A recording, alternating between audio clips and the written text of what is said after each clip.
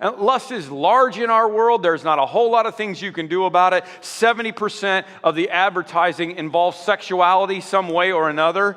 Many of you were subjected to pornography early on in your life, and it started kind of a track for you, or maybe you were abused, or maybe even a worse situation where these things are going on. What I want you to understand is we're all subjected to the images today, all right? I can't imagine what, if you brought Peter and James and John to the 21st century today, you brought the disciples to the 21st century, or the Apostle Paul, and said, hey, check this out, they would be blown away.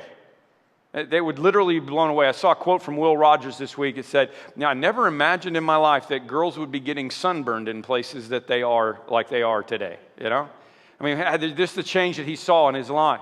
So it's around us. And the temptation is not a sin, okay? It is not, because the Bible says that Jesus was tempted in all ways like us.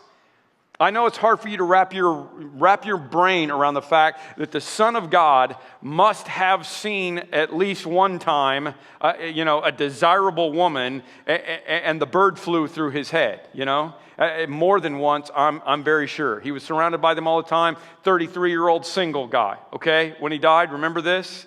He was tempted like us, yet he did not sin.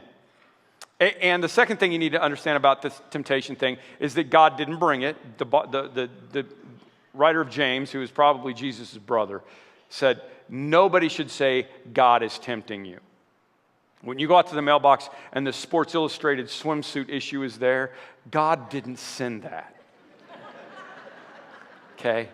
You subscribe to it, you moron. You're the idiot, okay? It didn't come from God, okay? But what is happening when we're tempted?